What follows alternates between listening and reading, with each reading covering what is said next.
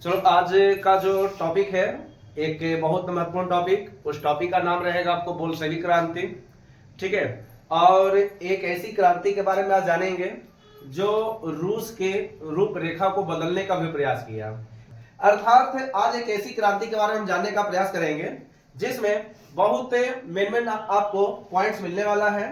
और आज का जो टॉपिक रहेगा उस टॉपिक का नाम ही आपको है बोल्शेविक क्रांति। बोल्शेविक क्रांति। तो आज का जो टॉपिक हम लोगों को पढ़ना है उस टॉपिक को नाम है बोल्शेविक क्रांति। अब इस क्रांति से पढ़ने के लिए जैसे मान लेते हैं कि जब भी कोई घटना घटता है तो उसके पीछे रीजन कुछ ना कुछ जरूर होता है। अगर ये क्रांति हुआ होगा तो इसके पीछे भी आपको रीजन जरूर हुआ होगा। ठीक है, कि कौन सी ऐसी घटना घटा जिसके कारण रूस में एक बहुत बड़ी क्रांति हुआ। उस क्रांति का नाम था आपको बोल्शेविक क्रांति। कौन सा ऐसा घटना था जिसकी वजह से बोल्शेविक क्रांति एक बहुत बड़ा रूप ले लिया। ठीक है, तो हम सबसे पहले आज यही जानने का प्रयास करेंगे कि बोल्शेविक क्रांति के पीछे कौन कौन सी ऐसी घटना है जिसकी वजह से बोल्शेविक क्रांति हुआ। लेकिन पहले इतना जान लें कि बोल्शेविक क्रांति जो हुआ था ये आपको रूस में हुआ था। और कब हुआ था तो भी याद रखना है, ये हुआ था आपको 1917 ईस्वी को। 1917 ईस्वी को हुआ है। ठीक है, पहले ये जानने का प्रयास करते हैं क्योंकि बोल्शेविक क्रांति आपको 2 या 3 टॉपिक में आपको मिलेगा पढ़ने के लिए। हम इसको आज पहला पार्ट 1 इसको बता रहे हैं, इसके बाद आपको पार्ट 2 चलेगा। ठीक है, यानी पार्ट बाय पार्ट में आपको ये बटा हुआ है। तो सबसे पहले हम ये जानेंगे कि ये जो बोल्शेविक क्रांति है एक रूस की सबसे बड़ी क्रांति है, इसलिए ये 1917 को तो हुआ ही, और इस क्रांति को रूसी क्रांति के नाम से भी जाना जाता है। ठीक है, रूसी क्रांति के नाम से। तो अगर कभी पूछ दे कि रूसी क्रांति कब हुआ तब भी 1917 ईस्वी, बोल्शेविक क्रांति कब हुआ तब भी 1917 ईस्वी को ही हुआ। ठीक है, अब यहां पर ये याद रखेंगे कि जब यह क्रांति हो रहा था तो इस समय एक रूस का एक राजा हुआ करता था।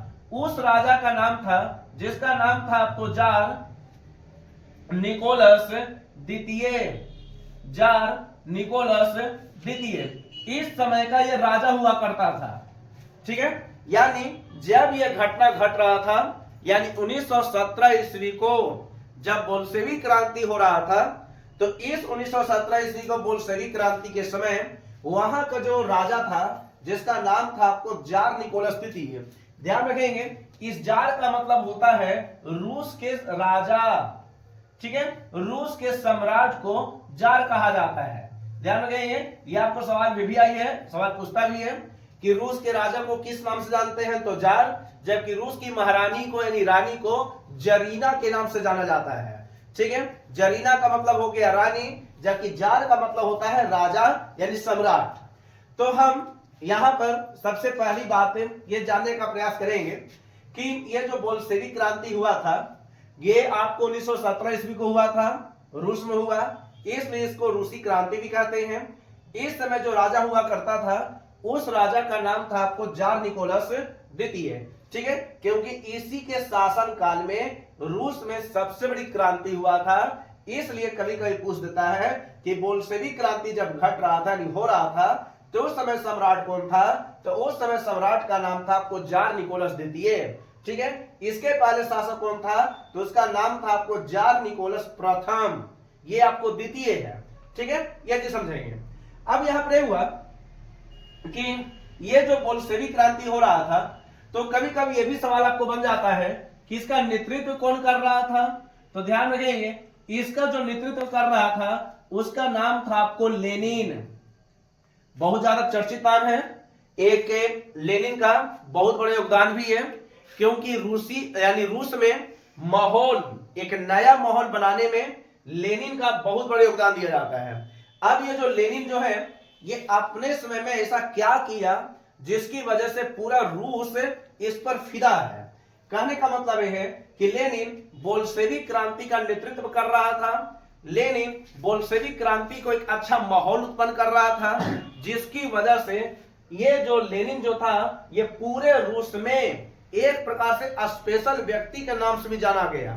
कहने का अर्थ यह हुआ कि उस समय जब यह घटना घट रहा था बोल्शेविक क्रांति, तो बोल्शेविक क्रांति के पहले हम इस टॉपिक को शुरुआत करने से पहले हम अभी आप लोगों को इसका कारण बताएंगे कि इसके पीछे कौन कौन सा वजह है, कौन कौन से रीजन है जिसकी वजह से आपको बोल्शेविक क्रांति हुआ है। पहले इस पॉइंट्स को पढ़ने के लिए पहले इतना कुछ आपको याद रखना पड़ेगा कि रूस में हुआ है, 1917 में हुआ है। इसे रूसी क्रांति के नाम से भी जानते हैं। जार निकोलस द्वितीय इस समय का राजा था। जार रूस के सम्राट को कहते हैं, जबकि बोल्शेविक क्रांति का जो नेतृत्व कर रहा था उस व्यक्ति का नाम था आपको लेनिन।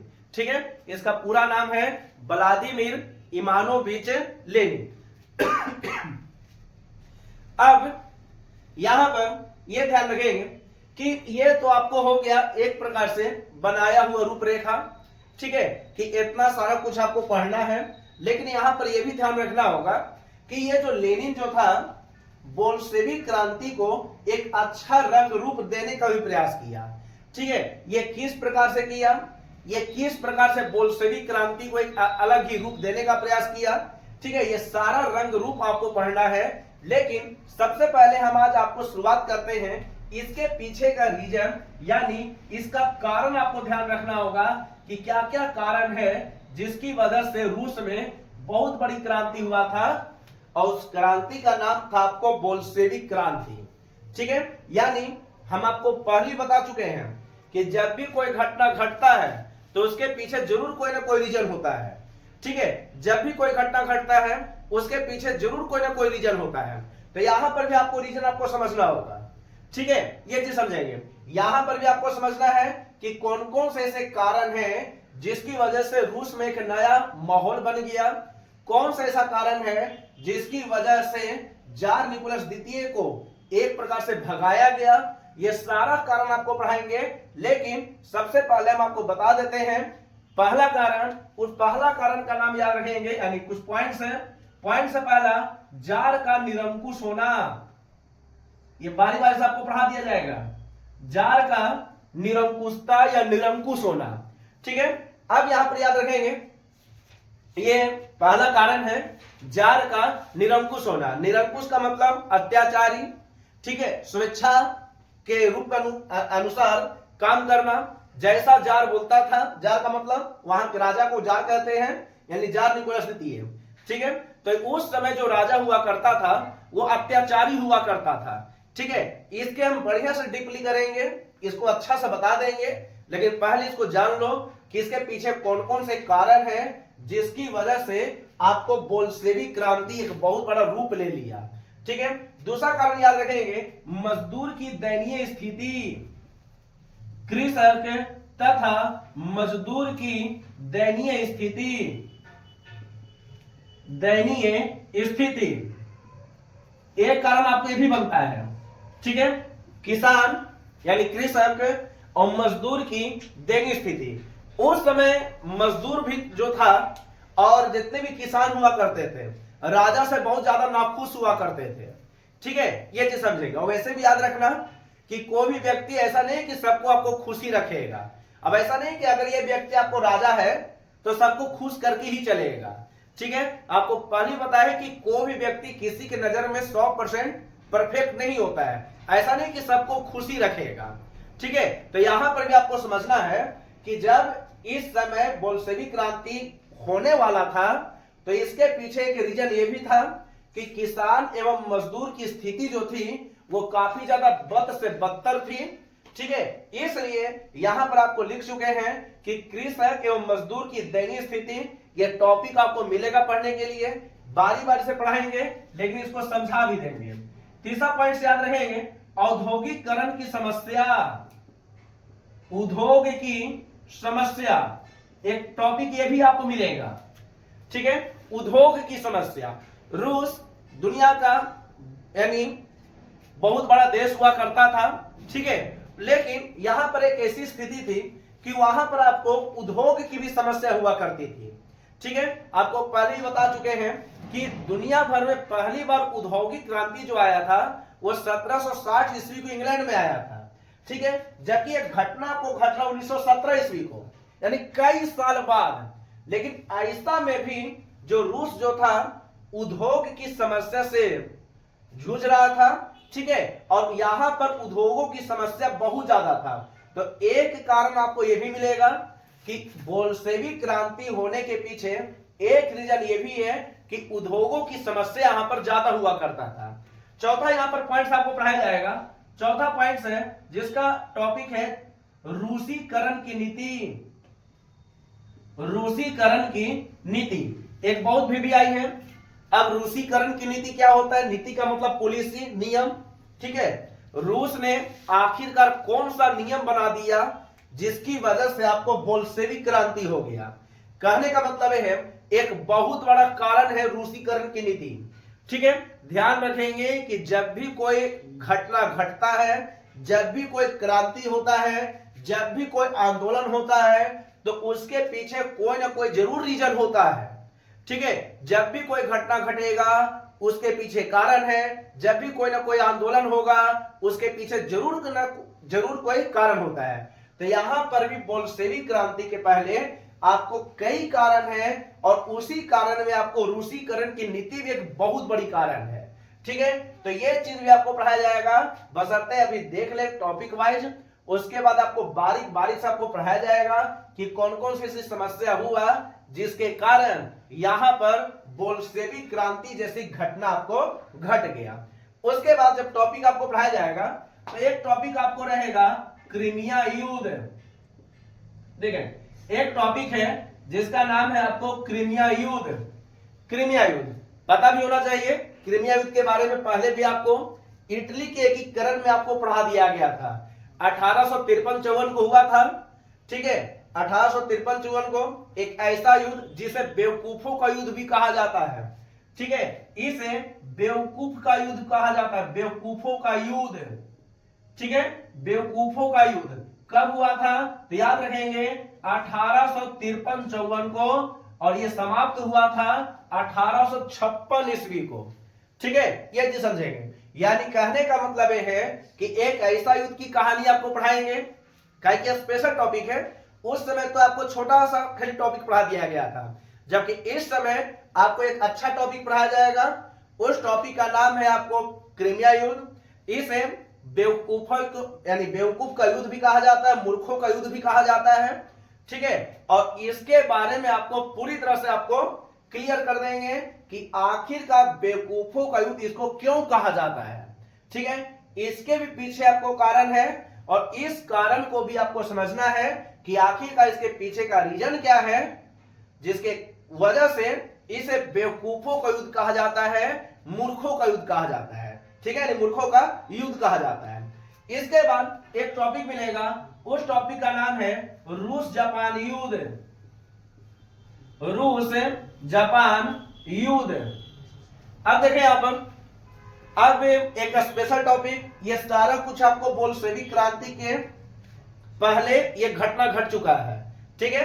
ये चीज समझेंगे और यहां पर ये भी ध्यान रखेंगे कि ये जितनी भी घटना घटा है सब आपको बोल्शेविक क्रांति को ही जन्म दिया है।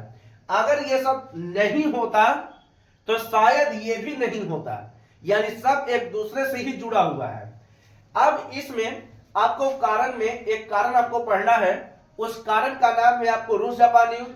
याद रखेंगे ये आपको हुआ 1904-05 ईस्वी को, ठीक है, 1904-05 ईस्वी को। और इस युद्ध में अगर आपको देखोगे तो आपको दो देश शामिल हैं, एक देश का नाम है आपको रूस, एक देश का नाम है आपको जापान, ठीक है। अब दोनों में अगर तालमेल बैठाते हैं, कंपेयर करते हैं, तो आप ऐसे भी हल्का सा अनुमान भी लगा सकते हो कि रूस आपको ताकतवर देश है, जबकि जापान जो है इसके सामने हल्का सा बौना है, ठीक है। कहने का मतलब है कि यहां पर एक कमजोर देश है, रूस की अपेक्षा अगर तालमेल बैठाते हैं तब, ठीक है। लेकिन ध्यान रखना कि एक छोटा सा देश एक बहुत बड़े देश को हरा दिया था, यानी रूस जापान युद्ध में रूस की हार हो गया था जबकि जापान की जीत हो गया था, ठीक है। जापान जीत गया था, रूस हार गया था, और इसी रूस के हारने की वजह से क्रांति हो गया। उस क्रांति का नाम था आपको बोल्शेविक क्रांति, ठीक है। ध्यान रखना है कि अभी ऐसा बहुत सारा टॉपिक आपको मिलेगा, उस टॉपिक को आपको समझना भी है, पढ़ना भी है, क्योंकि क्वेश्चन कहां से बन जाए ये भी आप लोग नहीं जान रहे हैं। लेकिन एक इतना तो आप जान रहे हैं कि वर्तमान समय में, ठीक है, नंबरों की पूजा बहुत ज्यादा होती है। जो ज्यादा नंबर लाता है उसकी ज्यादा पूजा होगा, ठीक है। जो कम नंबर लाता है समाज में उसकी नजर में क्या होता है, एक प्रकार से उसे हीन भावना से देखा जाता है, ठीक है, कि अरे तुम तो सेकेंड लाया, वो तो फर्स्ट लाया, वो अच्छा था पढ़ने में। लेकिन ध्यान रखना कि किसी व्यक्ति का नंबर किसी व्यक्ति का भविष्य तय नहीं कर सकता। अब ऐसा नहीं कि मान लेते हैं कि कोई व्यक्ति 400 नंबर लाया है, तो ऐसा नहीं कि भले वो मान सकते हो वो अच्छा है पढ़ने में, तो ऐसा नहीं है कि मार्कशीट किसी व्यक्ति को जॉब भी दिला सकता है, ठीक है। ऐसा नहीं है कि मतलब अगर आप 400 नंबर ले आए, 500 में 450 नंबर ले आए, तो ऐसा नहीं कि आपको नंबर देखकर आपको जॉब मिलता है। वर्तमान समय में कुछ ना कुछ आपको चेंज हो रहा है और चेंज होना भी चाहिए, ठीक है। मार्कशीट का भले ही आपको देखा जाता है कि जो अच्छा है पढ़ने में उसका ज्यादा वाई होता है, जो कम है पढ़ने में उसको हल्का सा कम आंका जाता है। लेकिन ध्यान रखना, आप जैसे भी हैं अच्छे हैं, लेकिन आप पढ़ाई को पूरी तरह से आपको पढ़ना भी है, पढ़ाई को जानना भी है, ठीक है, और ये चीज आपको समझना भी है। ध्यान रखना कि ऐसा नहीं कि सब कुछ आपको नंबर भी है। आज ऐसा बहुत सारा व्यक्ति मिलेगा ना कि जो 2 घंटा पढ़ता है वो रेस में यानी पढ़ाई की रेस में आगे निकल जाता है। लेकिन कुछ ऐसे व्यक्ति मिलेगा जो ना भी पढ़ता है ना, चलो मान लेते हैं ये भी रेस में आगे निकल जाता है, लेकिन कुछ ऐसे व्यक्ति मिलेगा जो 8 घंटा 9 घंटा पढ़ता है, ठीक है, लेकिन वो रेस में पीछे हो जाता है, ठीक है। यानी कहने का मतलब है कि ना पढ़ने वाला व्यक्ति भी कभी कभी आगे बढ़ जाता है और पढ़ने वाला व्यक्ति भी कभी कभी आपको पीछे हो जाता है। तो बात तो वही चीज है, नजरिया बदले, क्योंकि नजरिया बदलना बहुत जरूरी है। आपको किस रूप से पढ़ना है, कैसे पढ़ना है, यह जानना बहुत जरूरी है। पढ़ता तो सब है, 8 घंटे वाला व्यक्ति पढ़ रहे, 2 घंटे वाला व्यक्ति भी पढ़ रहा है, ठीक है, लेकिन नजरिया से पढ़ना चाहिए। 8 घंटे वाला व्यक्ति भी पढ़ रहा है, 2 घंटे वाला व्यक्ति भी पढ़ रहा है, 8 घंटे वाला व्यक्ति पीछे रह जाता है, जबकि 2 घंटे वाला व्यक्ति कभी कभी आगे भी बढ़ जाता है, ठीक है। तो आपको किस रूप में पढ़ना है ये आपके हाथ में निर्भर, आप कैसे पढ़ते हैं ये आप जाने, और आपको जानना बहुत जरूरी है। उसी चीज को समझने के लिए आपको समझा दे रहे हैं कि इस टॉपिक को समझने के लिए किताब में तो बहुत कुछ लिखा हुआ है, ठीक है, और आपको बार-बार बोलता है कि किताबी केवल नॉलेज रखेंगे तो नुकसान भी है, इसको कहानी के माध्यम से पढ़ें। और आपको जितना भी टॉपिक आपको पढ़ाया गया है सारा कुछ आपको कहानी के माध्यम से ही है, तो कहानी के माध्यम से ही पढ़ने का प्रयास करें, ठीक है। ये चीज हमें अब ये मत बोलना कि सर हमें प्रॉब्लम है, ये है वो है, ठीक है, कई प्रकार की समस्या है। तो एक लाइन याद रखना कि जो जितना सुविधा में रहता है वो उतना ही दुविधा में भी रहता है, ठीक है, ये चीज समझेंगे। चलो हम इसको टॉपिक को आगे बढ़ाते हैं और इसको समझाने का भी प्रयास करते हैं। तो एक कारण आपको ये मिलेगा, रूस जापान युद्ध जो कि 1904-5 ईस्वी को हुआ था। अब इसके बाद एक टॉपिक है, उस टॉपिक का नाम है आपको निशंपा टॉपिक, उस टॉपिक का नाम है आपको खूनी रविवार। खूनी रविवार, अब रविवार नाम है तो रविवार का दिन था, ठीक है। अब खून खराबा हुआ, इसके पीछे का रीजन बताएंगे। खूनी रविवार के बारे में यह हुआ था, याद रखेंगे 1905 ईस्वी को। बारी बारी से सब पढ़ा दिया जाएगा, समय लगेगा, ठीक है, ऐसा नहीं कि तुरंत हो जाएगा, समय लगेगा, लेकिन बहुत ही इंजॉय से आपको पढ़ाया जाएगा, ठीक है। ऐसा नहीं कि पूरी तरह से आपको लोड लेना है कि पढ़ाई नहीं होने वाला है, बहुत आसान से होगा, केवल समझ जाओगे। अब संभव है कि दूसरे को भी बता सकते हो। तो एक टॉपिक है, उस टॉपिक का नाम है आपको खूनी रविवार। अब इसके बाद टॉपिक आपको चेंज होगा, पहले देख लें कि इसके पीछे कौन कौन से कारण है, और इसी कारण को आपको समझना है कि कौन कौन से ऐसी घटना घटा जिसके बाद आपको बोल्शेविक क्रांति आपको हो गया, ठीक है। चलो इस घटना के बारे में यानी खूनी रविवार के बारे में अब इसके बाद जो टॉपिक रहेगा उस टॉपिक का नाम है आपको रूस में मार्क्सवाद। रूस में मार्क्सवाद, रूस में मार्क्सवाद, ठीक है, रूस में मार्क्सवाद। अब रूस में मार्क्सवाद में मार्क्सवाद, जब भी ये लाइन मिल गया तो मार्क्स का मतलब पढ़ना आपको ध्यान रखना है, कार्ल मार्क्स, और वाद का मतलब हो गया उसके विचारों को अपनाना, यानी रूस में कार्ल मार्क्स के विचारों को अपनाया गया, ठीक है। यह चीज समझेंगे, जिसमें कुछ व्यक्ति का भी नाम आता है, उस व्यक्ति को भी याद रखना, एक का नाम है आपको तुर्गेनेव, एक का नाम है लियो टॉलस्टॉय, लियो टॉलस्टॉय, ठीक है। एक का नाम है दास्तोवस्की, ये व्यक्ति के बारे में आपको बता दिया जाएगा, दास्तोवस्की। 3 व्यक्ति के बारे में यहां पर पढ़ना है। एक का नाम है आपको तुर्गेनेव, एक का नाम है लियो टॉलस्टॉय और एक का नाम है फ्योडोर दास्तोवस्की, ठीक है। ये चीज समझेंगे। लियो टॉलस्टॉय महात्मा गांधी के गुरु का नाम है, लेकिन बहुत लोग को यह भी ध्यान रखता है कि महात्मा गांधी के गुरु गोपाल कृष्ण गोखले हैं। तो ऐसा नहीं है। अगर मान लेते हैं कि कोई भी व्यक्ति जैसे आप लोग खुद सोचें कि मान लेते हैं कि आप अगर एक नर्सरी में पढ़े और धीरे धीरे करके आप 10वां तक आ गए, 12 तक आ गए, ग्रेजुएशन तक पढ़े, तो आप खुद सोचो ऐसा थोड़ी कि आप केवल एक ही टीचर से पढ़े होंगे, ठीक है, अनेकों टीचर से पढ़े होंगे। तो उसी प्रकार से याद रखना कि महात्मा गांधी के गुरु जो थे ये गोखले भी थे और एक गुरु ये भी थे जिसका नाम था आपको लियो टॉलस्टॉय।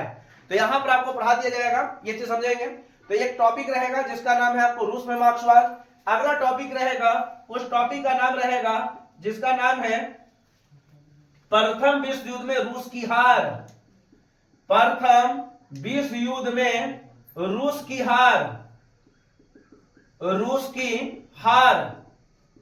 देखिए आप प्रथम विश्व युद्ध में रूस की हार। अब ये प्रथम विश्व युद्ध एक टॉपिक आ गया, तो प्रथम विश्व युद्ध आपको स्पेशल आपको पढ़ा दिया जाएगा, ठीक है, जो कि आपको 1914 ईस्वी से लेकर 1918 ईस्वी तक चला है, ठीक है।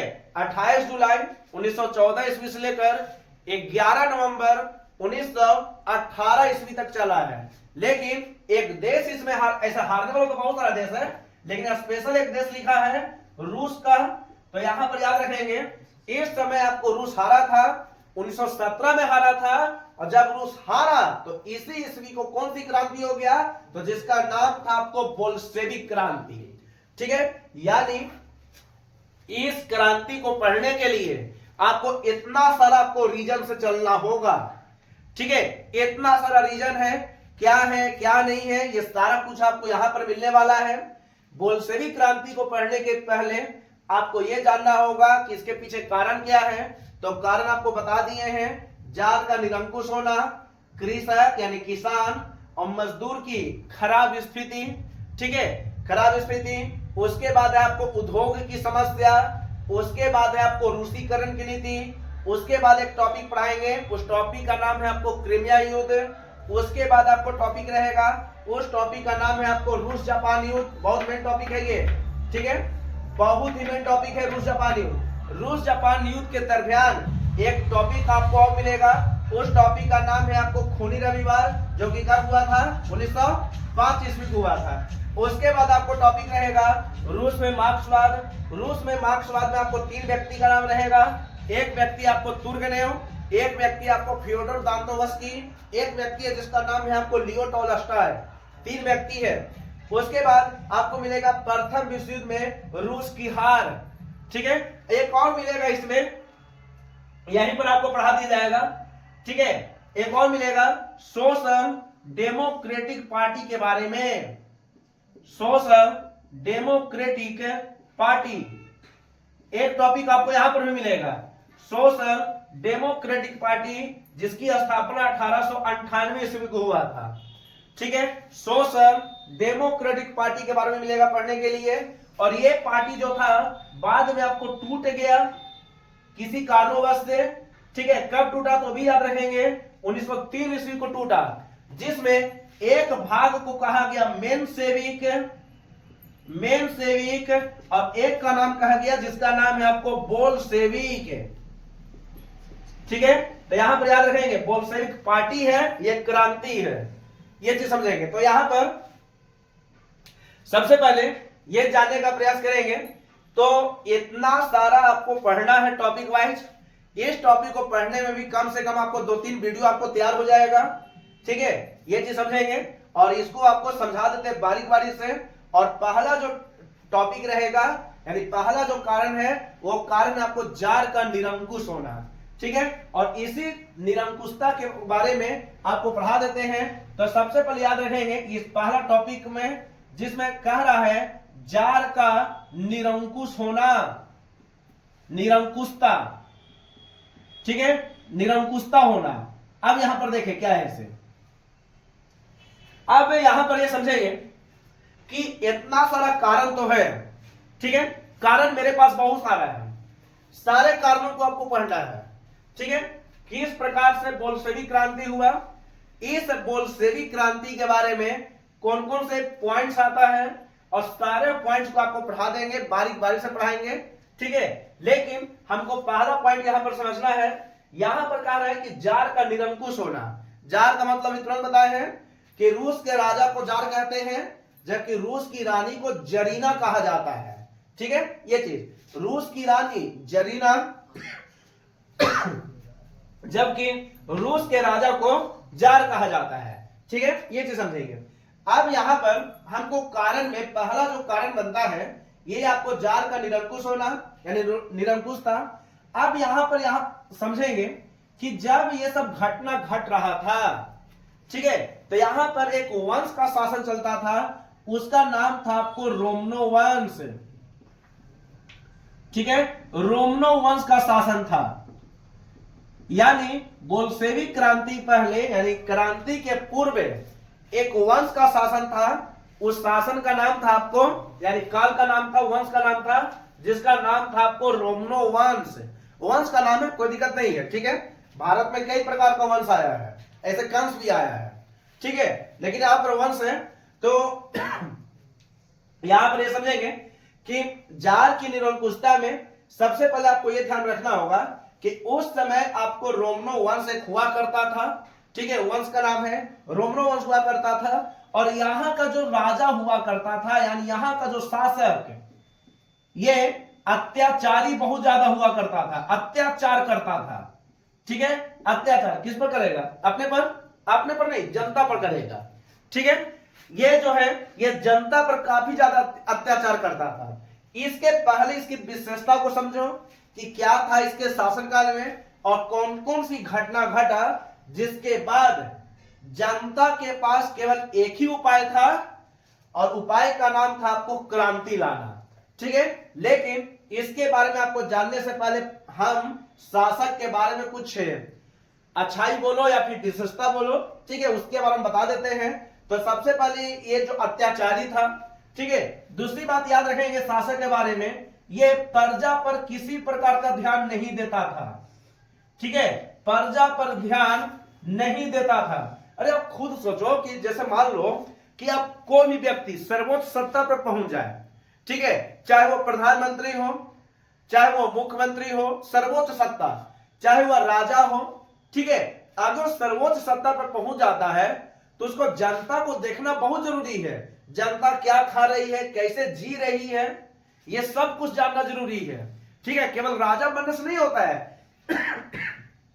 यहां पर भी समझेंगे कि रोमनो वंश का जो राजा हुआ करता था, शासक हुआ करता था, ये काफी ज्यादा अत्याचारी था, ठीक है, ये बहुत ज्यादा अत्याचार करता था, यानी जनता पर, और जनता पर किसी प्रकार का ध्यान भी नहीं देता था, ठीक है। अरे वही जनता जो राजा की पूजा करता था उस समय, लेकिन जनता पर किसी प्रकार का ध्यान नहीं देता था।